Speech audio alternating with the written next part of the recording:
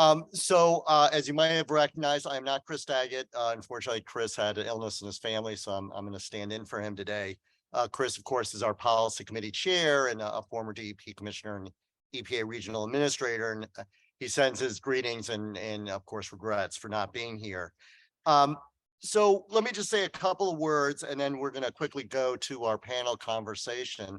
You know, and it sort of echoes what we said, to start the conference really, and touched on a lot of themes that we've been talking about throughout the day. We really, we're sort of in unprecedented times, right? The climate crisis, this focus that we all feel to focus on addressing equity issues in our region and around the country, and the opportunity, of course, through the various federal pieces of legislation and state efforts as well. And I think the question for all of us is really how do we take advantage of it?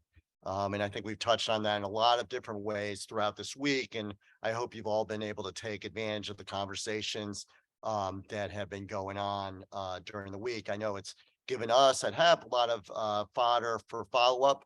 And it's something that I know we, the Restoration Work Group, and all the other HEP committees are going to be taking seriously over the next, few years as we move forward. One particular, place where we feel we can play a role is, of course, through the grants and projects we're going to be able to fund with our small part of the bipartisan infrastructure work plan, infrastructure law. And, we've developed a work plan in collaboration with our partners at the management committee and all the other work groups that we think can start to address that. There we go. With that, as kind of maybe our inspiration, I think, again, I think our challenge going forward from today and from this week's conference is really to try to meet the moment and to address, this opportunity we have to make some progress on equity and to, meet that climate crisis. I know all of you in this room are working on this in different ways. But we've, asked a few people to kind of lead us in a conversation to close out the conference and help us move forward together. And to start the conversation, I'm really thrilled to be able to call up Commissioner Sean LaTourette from New Jersey DEP and ask him to come start us off. Sean has been with the Department of Environmental Protection since 2020 in various positions. Prior to that, he was an environmental lawyer in private practice and for the New Jersey Attorney General's office. But I think we all recognize that under his tenure and under the Murphy administration, New Jersey has really become a national leader when we think about climate adaptation, when we think about decarbonizing our state, and when we think about meeting environmental justice goals. So thank you, Sean, for your leadership. And please, the mic is yours.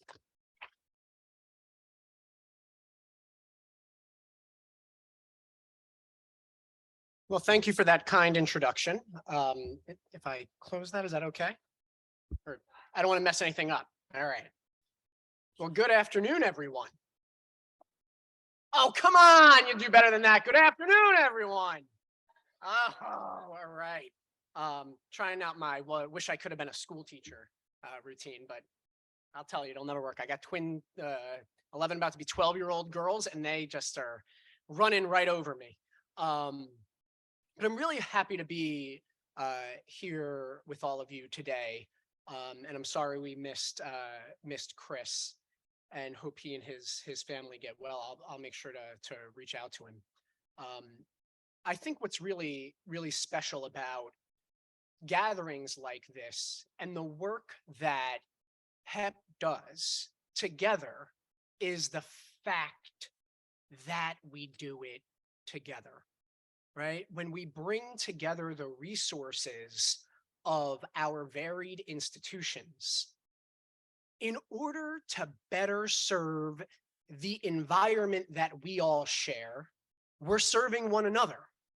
And I think you should all give yourselves a good round of applause for that, because it's hard work. It's hard work to protect our environment, to restore our environment. It's hard work to confront new challenges like climate change, like degraded air quality and degraded water quality that in many respects, in other sectors, folks think, we've done enough on that, right? 50 years this year, we celebrated the 50th anniversary of the Clean Water Act. The very foundation of what brings this organization of people and institutions together. And in a way, it can be easy to think that our work is done, that the history of modern environmental law and regulation, it grew up at a time when the rivers were literally on fire and the sky was orange. And that's no longer the case. Water quality is markedly improved from where it was at the dawn of the Clean Water Act. And air quality in this region, despite the downgrade I wanted to needle Lisa Garcia on, and I've missed her, is in a way better place. And so it can be easy to say, well, we've done the job of environmental protection. But I will tell you that I spend a good majority of my time every day convincing folks of the continued need to improve impaired waters, to improve air quality, and to acknowledge a truth that can be hard to acknowledge, that despite all of the progress we've made through organizations like this and others, there are pockets of high disproportionate pollution that affect certain communities. That while we have done the job of environmental quality regulation well in that last 50 years, it hasn't been even. That our Black, Brown, Indigenous, and low-income communities bear a disproportionate burden of the pollution that we all together create still today, still in this very community that we're standing in. And I was heartened to see the theme of this gathering and the panel that we'll have in a few minutes around the principles of urban coastal restoration, and how critically important that is from so many different perspectives. And you saw some of it in the video that was just played. And what we see here in this very community, right? The fact that we have still degraded areas of our coastline in this estuary. And I've spent my whole entire life in this estuary. I grew up on the Raritan Bayshore. I live on the banks of the Raritan River. I spend way too much time here, Sam Pessin. We joke that Liberty State Park is my second office. And it is so clear to me the need to pursue natural resource restoration for the value that it provides to the public, right? Because every single natural resource is always doing something for us for free, right? And if we don't care for them, if we don't restore them, we're going to pay for that natural resource service in another way. And it's one of the reasons that as soon as I joined the DEP, we in 2018, first as the chief counsel to former Commissioner Catherine McCabe, that we revived our natural resource restoration program that was shelved under the prior administration, because natural resource restoration is not political. The pursuit of natural resource damages to recover for the losses that degraded areas of this estuary have experienced is not red or blue. It's all green if we put the effort into making it so. And so through the pursuit of our natural resource damage program, we're putting so many projects to work And one of them that is nearest and dearest to my heart, as so many in this room know, including our friends at the Army Corps, is the restoration of Liberty State Park.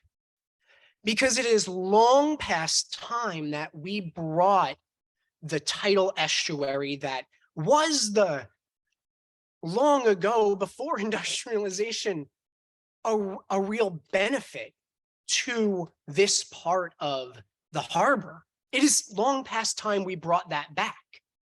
And we're doing it, and we're doing it through the good work of the DEP and the Army Corps and partnership from organizations like the Friends of Liberty State Park and others to pursue the cleanup of contaminated areas in order to bring the tidal estuary back into parts of this park. And it will get done. In fact, the conversation that Karen and I just had is about the meeting I'll call to put our plan on a faster track so that we start our natural resource restoration work faster.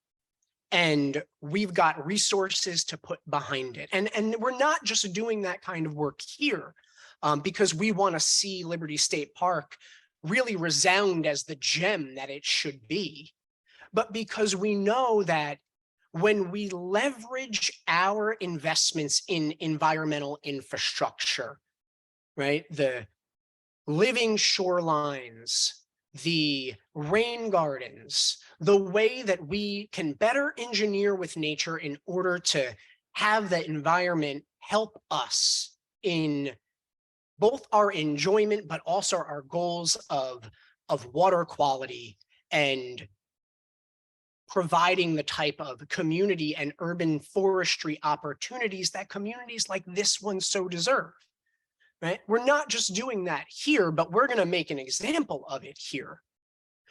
Just the week before last, for example, we announced with Sustainable Jersey the expansion of our urban and community forestry program with a $2.5 million investment in bringing more urban community forestry opportunities to schools for reasons of water quality, for reasons of air quality, for reasons of environmental justice. And we're taking that same theory and we are reimagining the way that our urban parks and green acres programs work so that we are meeting multiple imperatives at the same time, that we can provide folks open space. We can build in resilience features both on the shore in our urban areas and inland that will provide flood storage, that will help with runoff, that will attract more wildlife. And that is the trajectory that we're on in so many different respects. You see that in our work along the Minish Park in Newark. You see it along the parks that we have funded up and down the Newark Bay Complex area, where we are trying to bring these two things together as best that we can, restoring the natural interface between land and water, and not looking as we once did at certain wetlands as not good enough. There is a slogan we have in the DEP, and it is frags not canceled, because every single natural resource is doing something important, right? And we owe it. We owe it to ourselves. We owe it to that unevenness of application of our environmental laws over the last 50 years to start in the places that have not experienced enough environmental progress. We leverage our investments there first so that we can bring greater resources to urban communities, to low-income communities, and not just those that you might see as, oh, well, that smacks you in the face as an environmental justice community. Think about, for example, our Delaware Bayshore. I know outside this program, but The restoration work we're doing there is just as equally important, one of the poorest, albeit whitest, areas in our state, because that too is environmental justice, right? It's not dichotomized. It's not if this or that. It's and both, always. And it's not hard to achieve that. It's not hard to reduce our emissions, starting in the places where there are too many negative emissions that are affecting the health of our kids and our communities. We can start there first by asking facilities to do better, like we will under what I believe to be the most empowering environmental justice law in the country. We did that here in New Jersey, and it wasn't a choice, it was an and both. And so we're doing the same thing with respect to the deployment of our resources, both from the perspective of natural resource damages, but with our infrastructure dollars as well. For example, next week, we will put out the first permit for our combined sewer overflows. I'm supposed to make that announcement tomorrow at Jersey Waterworks, but you get it first, right? Because that too is long past time. And it's been difficult, right? Because we are integrating those justice and climate objectives right into these permits, things like adaptive management, because the circumstances are changing over time. We have to make that infrastructure larger. We have to do more green infrastructure up front and earlier in the execution of our long-term control plans, right? That will improve the health of this estuary. And we're putting more money behind it. Just 2 weeks ago, we announced $300 million more to implement those programs that will directly benefit this estuary because of the overwhelming number of those CSO projects right in and around where we are all working to improve water quality. And there's just so much more to do.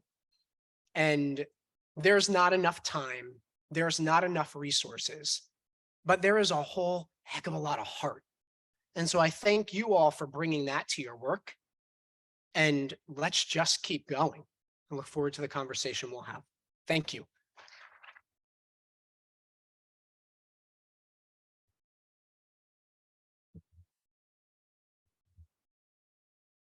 So I'm going to invite the commissioner to take a seat, and I'd like to invite our other panel members to come join him here, and we'll get started on our conversation.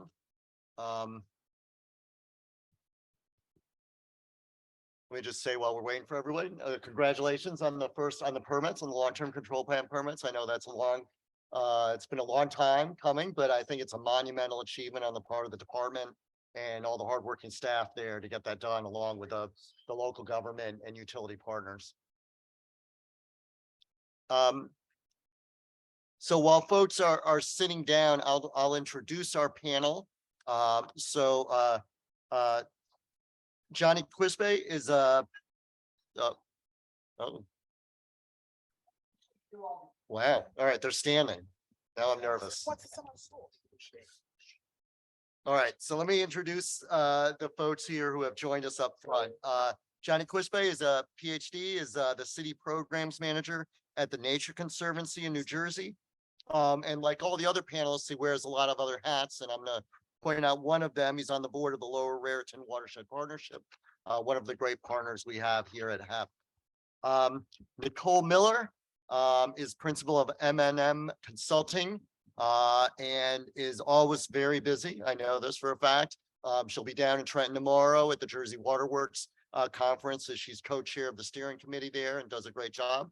And she's also the co-chair of Newark DIG, doing infrastructure green in the city of Newark. And then Meredith Comey, and who's with the New York, New Jersey Baykeeper as the restoration program director. And of course, the best other hat for last, which is she's co-chair of HEP CAC and does a fabulous job of leading our CAC along with our other co-chairs that are here today somewhere. So with that, let me turn it over to Johnny to sort of lead us off with a statement.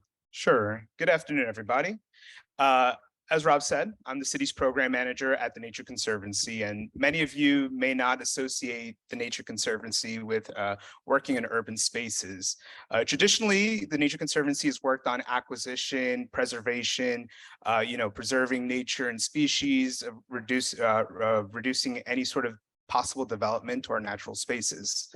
However, in recent years, we've known that by 2050, the 2 of every 3 people are going to be on this planet are going to live in urban spaces. And as such, we have to look to our urban areas to work on conservation issues, to work on, often overlooked and neglected communities that have not had the same amount of investment, attention. And Sean, you touched on a lot of that really clearly during your intro, and how the Nature Conservancy could help be a partner to help support current project partners, community-based organizations, faith-based organizations, and understand, what resources and alignment we can bring to certain cities, right? So at the Nature Conservancy, we've mostly been focusing in 2 urban spaces in New Jersey, one being Newark and the other one being Paterson. However, as our program continues to expand, we're looking to move into other urban spaces, help support new initiatives and programs.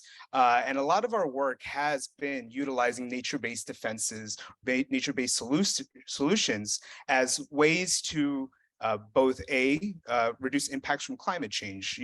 In urban spaces, we know that urban heat, air quality tend to be some of the main issues. Utilizing techniques such as green streets or pocket parks, or finding ways to increase connectivity throughout cities and their natural resources, like in Paterson, the Passaic River, and Newark as well. Being able to provide access, create corridors that not only benefit people but habitat as well. So we start thinking of our urban shorelines.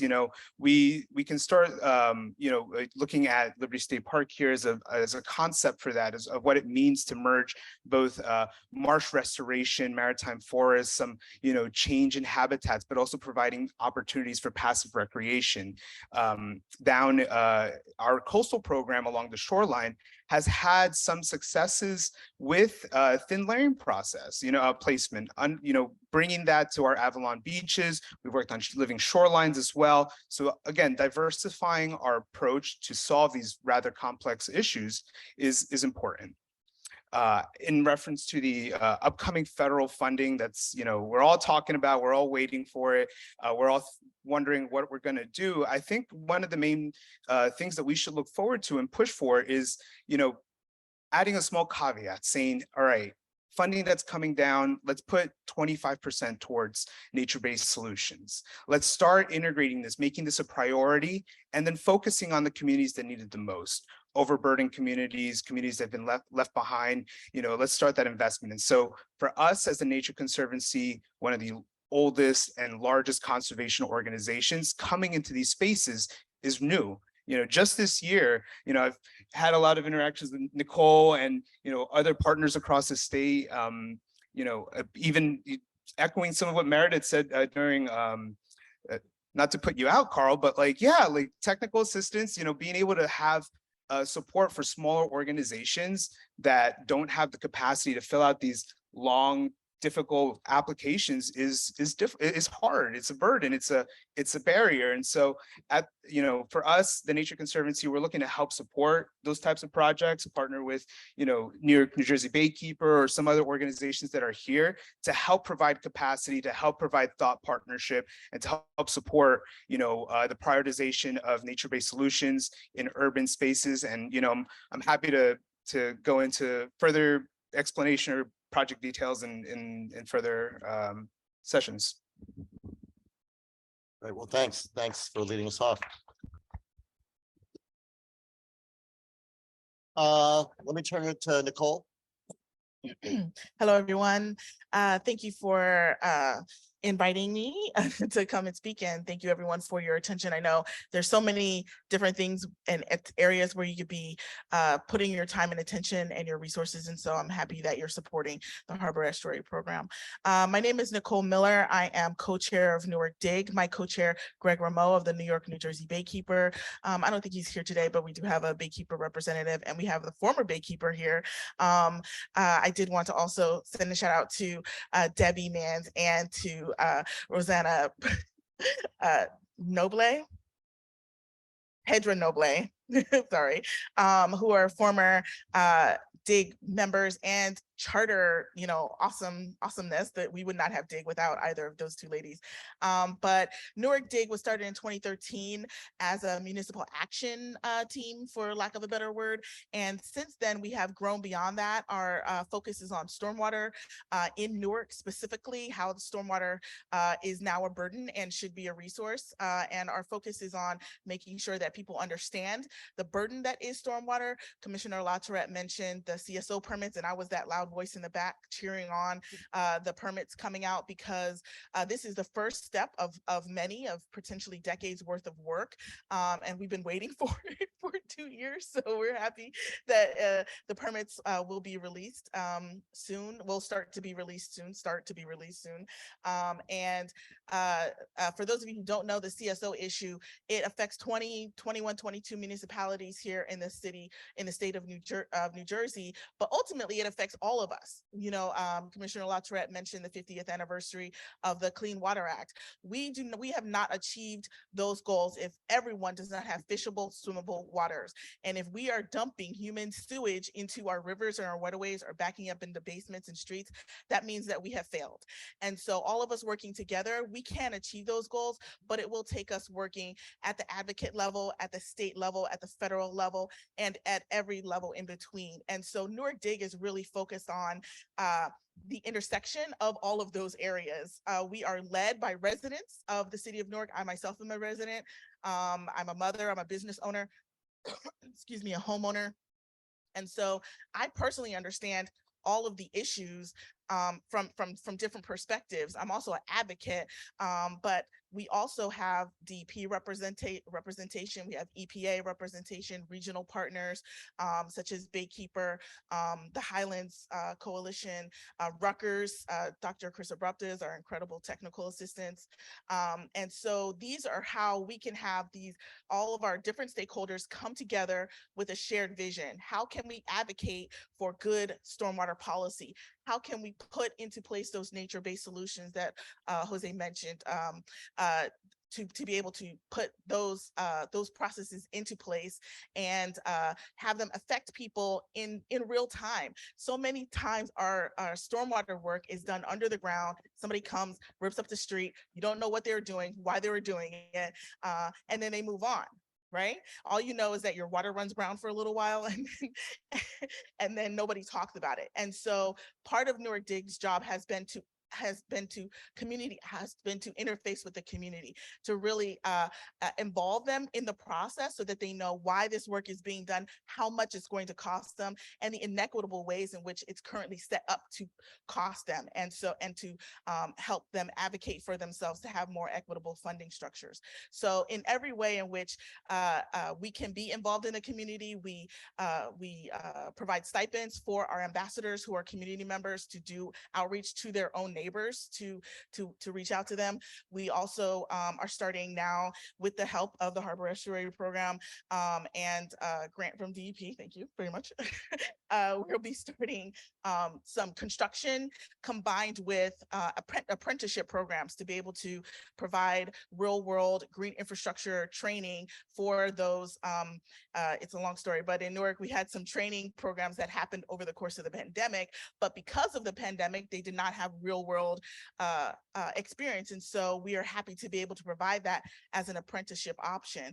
And so when we can marry the financials and the economics and job opportunities plus outreach and beautification plus clean air, there are no silos when it comes to our environmental to our environment, and the cumulative impacts that Newark suffers means that we have to meet these challenges in more than just business as usual status quo ways that are the great infrastructure that we're used to, just laying pipes and building tunnels. We need to involve the community. We need to make sure that they're empowered and aware that the funding sources are equitable and meet them at their pocketbooks, but then also prevent that street level flooding, the basement flooding that they so often suffer. And so when we can take this holistic approach, that's really what Newark DIG is focused on. And that's the work that we've been doing for the past nearly a decade. It's been incredible. And so we're happy to have this work continue and expand even more. I could literally go on forever, so I'm gonna stop. Wow. Well, thank you.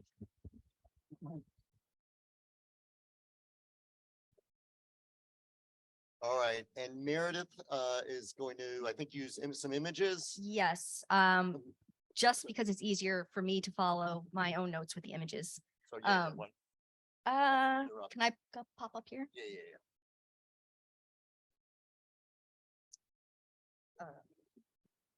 Maybe I'll just hold this. Okay.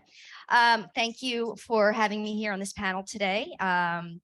I am going to talk actually not about science at this site, which is unusual since, you know, I'm the scientist along with Amanda, who's in the audience.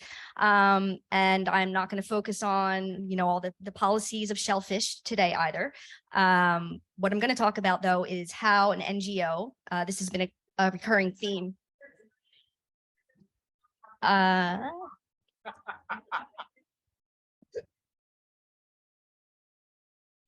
Wait, make sure my phone isn't somehow weirdly connected. No.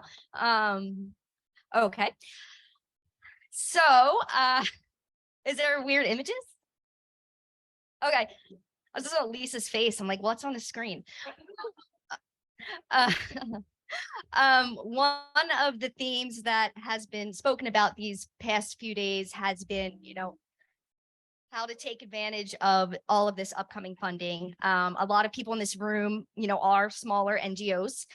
And I would like to, you know, talk about, as a small NGO, a little bit about what Baykeeper has done to kind of advance work over the 10 years under unique circumstances. So this slide is just showing you where we're working right now in Raritan Bay. Due to some regulations from DEP, which we can talk about later. We are at the weapons station. So we have started there about 10 years ago with that little orange dot is about an acre. And through the past 10 years, 2022, here we are, we've just celebrated 10 years working with the Navy, where we have almost 11 acres that should be going in soon with our partners, Army Corps and DEP. We have 3,200 linear feet of final design that we just started on for nature-based features with our partners, Biohabitats and Monmouth University. And we've been expanding our living shoreline thanks to funding from DEP. So we're, you know, expanding that as well. So how does an NGO, you know, get to this point? Small nonprofits were not able to do all the work in-house. You know, we know what has to be done scientifically. We know what the policy says. We know, you know, there has to be designs, but how do you make that happen? How do you take what you know needs to happen to advance your work in a scientifically sound way, with very little money and very little manpower? And through the years, you know, everybody knows this, but to actually put that in place with an interdisciplinary approach has become key. You know, we often work in our silos. I know I do as a biologist. You know, for a long time, like engineers, I don't need to work with engineers. Yeah, you do. You know, you have to understand all components, engineering, ecology, you know, the biology, the planning, the permitting. All of this will help inform and have them, you know, implement more successful projects. Also look at partnerships as cost sharing opportunities. We all struggle with that one-to-one match, right? Sorry to call you out again, Carl. It's not just you, but one-to-one match is really hard. So when you start partnering with these partnerships, you know, you can start to tackle that. You have equipment sharing, labor sharing, you know, all of those things can help make these projects more robust.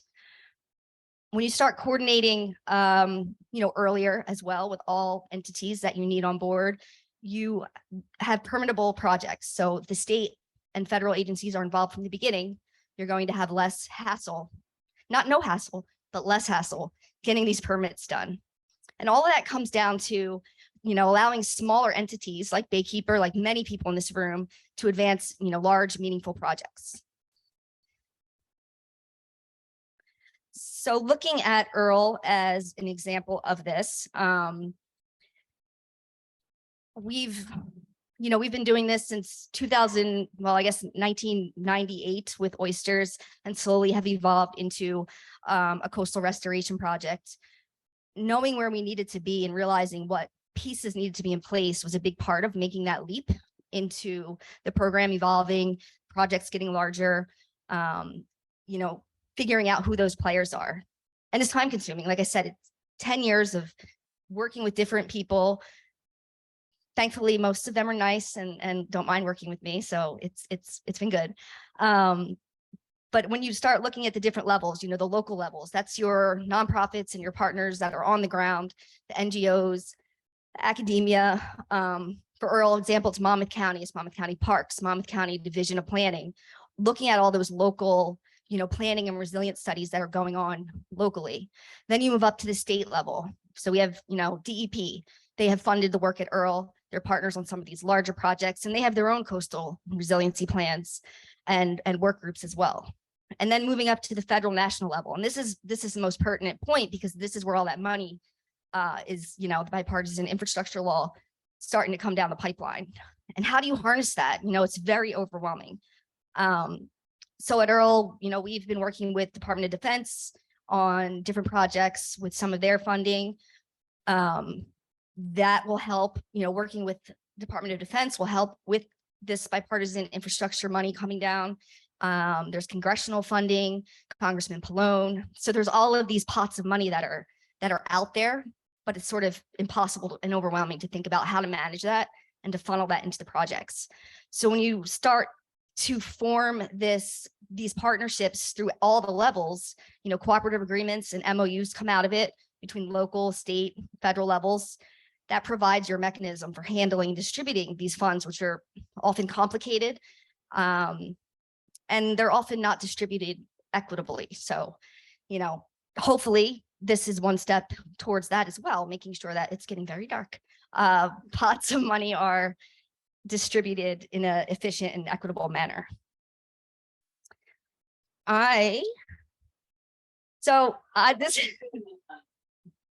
This is such a great end to the panel. Okay. So I just want to end with, so we've been at Earl for, you know, 10 years now. It started out with, you know, Baykeeper, Rutgers, and Earl, obviously, some aquaculture tanks and a 1/4 acre of some oysters.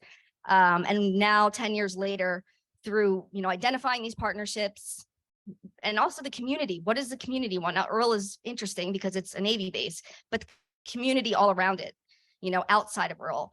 This model is transferable, you know, anywhere really, that finding the partnerships. But here we are 10 years later, and we have, you know, Baykeeper, Biohabitats, Rutgers, Monmouth University, Pew, DEP, Army Corps, HEP, Monmouth County. So through the years, we've kind of started to figure out a process that hopefully will work as all of this money starts coming in, and we try to figure out how to marry that with projects. And I will end before the lights start getting weird again.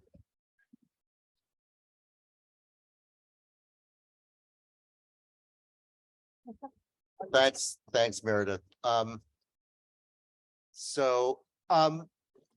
I think we heard, you know, I think the panel did a great job of talking about, you know, obviously, as we heard from Meredith, you know, kind of the power of partnership, you know, the importance of community and how kind of that's where it all begins and should end.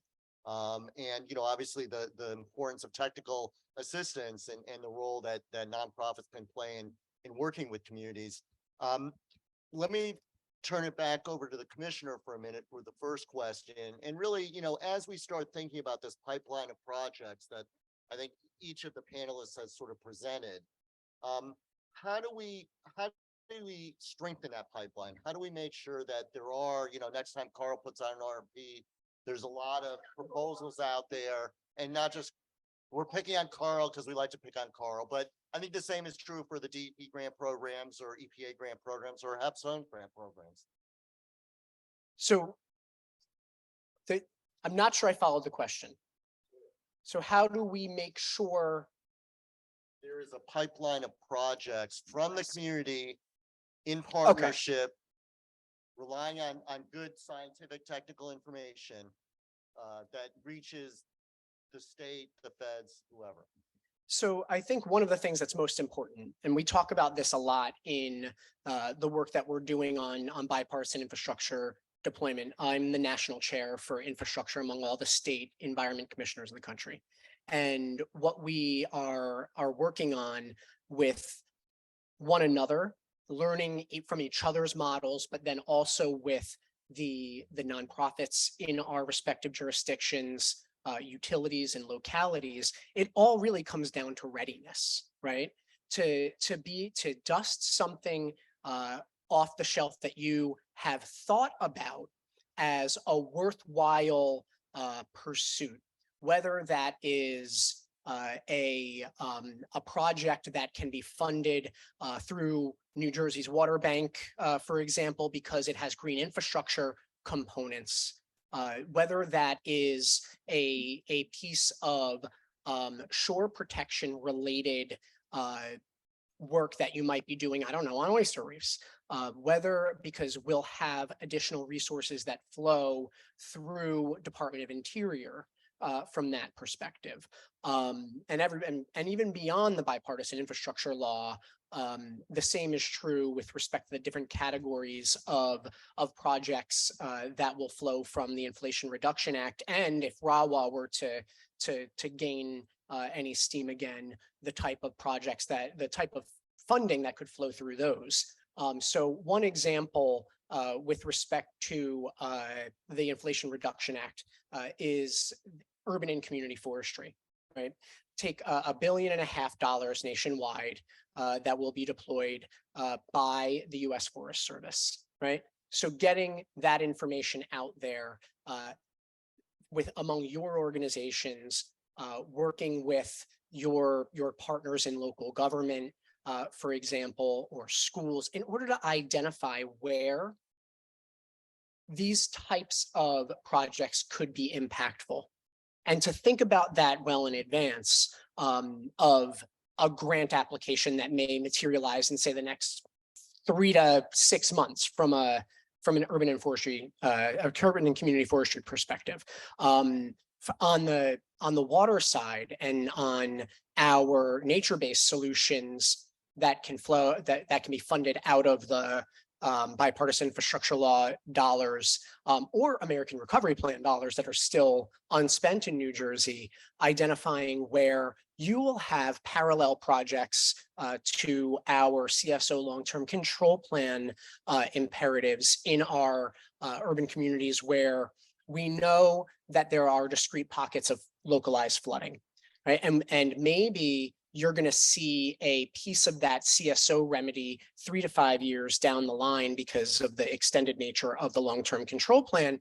Maybe there are some interim solutions, right, that we can work on and use the bipartisan infrastructure law monies for, right? So even when you see us put out something like those CSO permits, you can begin looking down the list and see where the pieces are that might be worth something of your organization's picking up and saying, maybe we should run with that, right?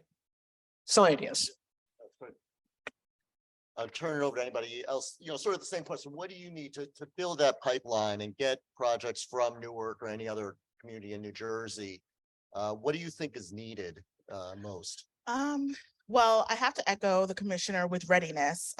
It's been stated time and time again, especially on the municipal level, our municipalities are not ready to seize the funds that might be available because they do not have shovel-ready projects. And so working with our community, with our NGOs and our nonprofits, our advocates, we can identify those areas which are of the greatest need, as the commissioner mentioned, and put some advanced work, some sort of small cost advanced work with the help of our partners, such as Rutgers.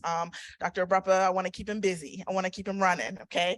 And build his team. So if we can get some projects sort of designed and ready so that when those larger projects come, we can maybe combine. Jersey City works with Kearney, or Newark works with East Newark, God help it, East Newark, which is like a block long.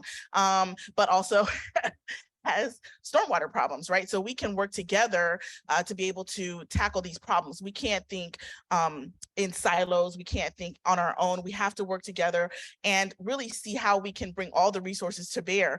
And it has to start with the community. They're the experts. They know where it floods. I have had I had a conversation 2 weekends ago with someone in Patterson who lives on the border of Totowa, and she was telling me about the flooding that has resulted as a result of development. And I'm like, that's the beginning of policy change, where we can have cross-border development policy put in place so that the development that happens upstream in one town that affects the poor people in the next town, but they don't have any recourse because the developers have sold their property and now they're gone. Who's there to fix these problems? We starts with the community, and then we can develop action. We can develop the projects, and we can bring ourselves to readiness. You talk about the money that's coming at every single level. At DEP, you had a hiring blitz, and it wasn't sort of across the board, right? There's still positions that need to be filled at the county level, at the municipal level, at every single NGO that I know they're hiring. And so being able to bring our capacity up to speed, being able to have projects that are ready, that's really the core of it. I was just quickly going to add, and the panelists here and others at Baykeeper have, much more experience working within the communities, but something I always try to keep in mind, as these pots of money become available and funding starts rolling in, and, inevitably a lot of the bigger organizations will end up with large sums of it. Please look to the community groups, and, they are there. They know what is needed. That is what is going to help shift policy as well. So, just something to keep in mind. Yeah, I was just going to add, I think it's really important to listen, to be listening, open to listening. There's a lot of collective brain power in here. Talk to someone new. We're really comfortable in talking to the same circles. I myself like seeing old friends, but I think it's really important for us to have those opportunities to build trust, build relationships across different sectors, geographic regions. That's how we can start getting pipeline projects ready. If we start having conversations with, if you're from Middlesex County, you're having conversations with folks in Essex and talking to Hudson, start having those conversations, because to Nicole's point, having those regional or cross community conversations is important. It's key, because when those RFPs come out, and we've all been there, I've been there just earlier this year, I'm rushing everybody to get me a letter of support, everything. Oh, and by the way, I want to get to know you, and let me do this and that. And it doesn't work that way. And when we do make projects and force projects in that way, they're not successful long term. We'll get something in the ground. It'll be there for 2 or 3 years, but no one's going to own it. So I think it's really important and I'll speak for us, the large organization, for us to take a backseat, to take lead, and let others sort of, bring your priorities to the front. However, larger organizations like myself, or even myself individually, can help lend technical support, guidance, grant writing, anything. Let's make it happen. That's how we get these projects done. Just to pick up on some of the theme that you're hearing throughout here, I'll offer an observation from my perspective, which is one of evaluating grant proposals, for example. I mean, when they're all ranked, and the last me to bless them, right? So one of the things that always strikes me is how multiple organizations are trying to do the same thing, right? And to your point about the communication, and to yours, Meredith, about the coalition building, something that when I came into DEP, thoroughly underappreciated. Debbie Mans can tell you, thoroughly underappreciated the deep need for advocacy and building coalitions among those organizations that have different strengths, different weaknesses, different points of connectivity, right? Otherwise, We're all here talking about living shorelines. We're all going to put forward a living shoreline project, but maybe one of your organizations has a greater depth of experience in design. Another has a greater depth of experience in community outreach and engagement. Another has a depth of experience in the government relations of it all. To build that on the front end, right? It's so much more powerful when you're then receiving something that is that thoughtful and coordinated. And it helps to build capacity. And part of that coalition building absolutely has to be an absolute hammer on the door of local governments who are, from our perspective in state funding, overwhelmingly the beneficiaries of our dollars. And they haven't the time, the thoughtfulness, the bandwidth to take advantage of those opportunities. And in some instances might see those opportunities as contrary to other goals, like economic development. How dare we put a rain garden here? We would so prefer a high rise, right? And so being able to have a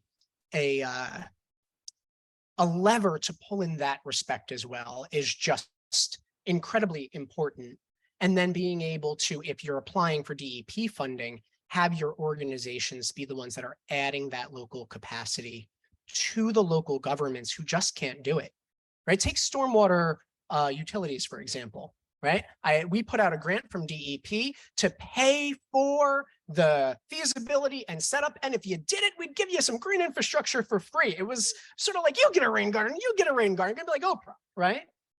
And at first it was 3 applicants, 3, because of the lack of capacity and bandwidth and interest that is the imperative is only going to be sown when those local governments hear people in their communities asking for that kind of change.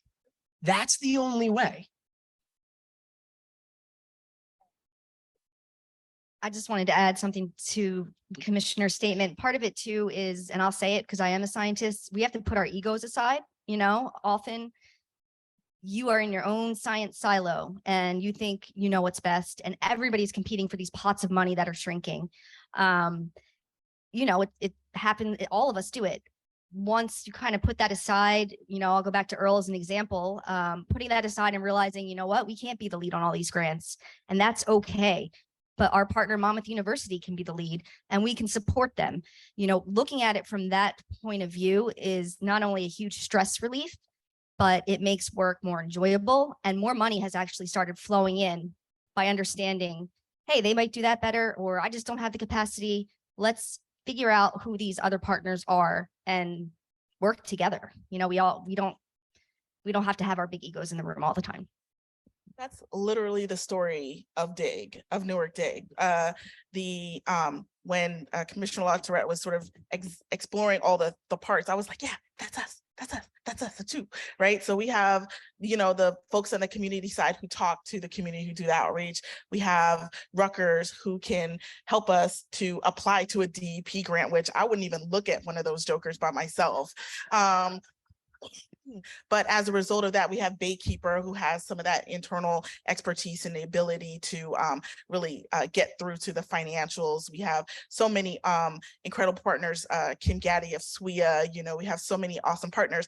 And when we can all come together, a small organization that is not incorporated, doesn't have a 501c3, can partner with Rutgers and get a $1.2 million grant to be able to do on the ground work in Newark that is complementary to the city's goals of the long-term control plan, and also develop conversations with them to help with the outreach around a stormwater utility. We're now working in service to them because we have educated them and coerced them and advocated with them to be doing what we want them to do. And so now we can partner with them to execute.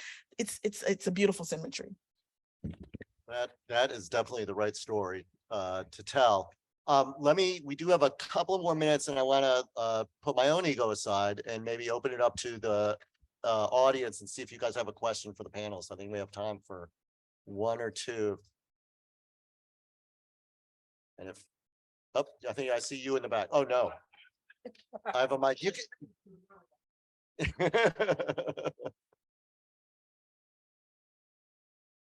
Oh, too Well, much conferencing and no questions. I know. They're exactly. ready for Well, you happy know what? hour. I think I can see the bars being set up and I think people's minds are drifting.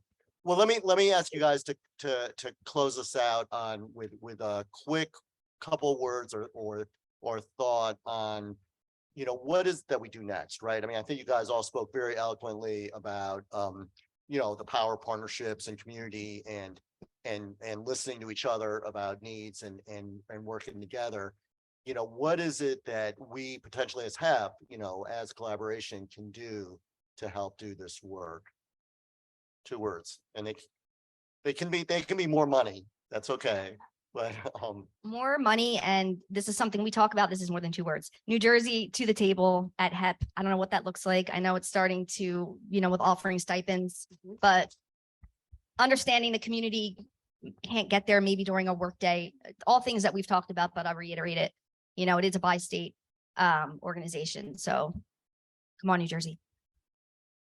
Thinking about money coming down the pipe, my more than 2 words are capacity building and bureaucracy taming, right? Like we need to we need to clear out some of the red tape. It can be very daunting, even for large organizations to apply for funds. And then it takes the folks at the DEP or the iBank months to review these applications. We need to be able to streamline that so that we can get projects moving, we can get funds flowing, at the same time protecting the people in their natural habitat. I'll just say continued dialogue, ensuring that opportunities like I loved seeing the third option here to Meredith's point was it was a free attendance if you couldn't, you know, pay for it. Like that's awesome. I think those sorts of opportunities, inviting communities, you know, if you're holding meetings in Jersey City in the future or wherever you're holding meetings, like let's like an added effort to maybe have community members or organizations be part of this conversation to continue sort of diversifying the field.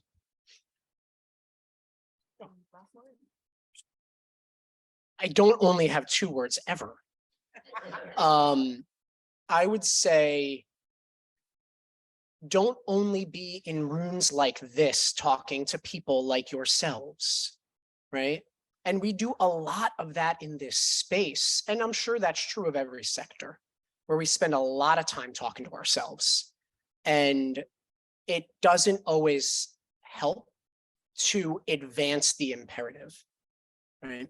To meet people where they are and bring them on board with where your organizations are trying to go and recruit new capacity, because there's only so much to go around.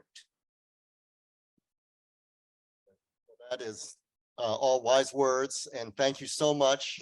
Let's give a round of applause.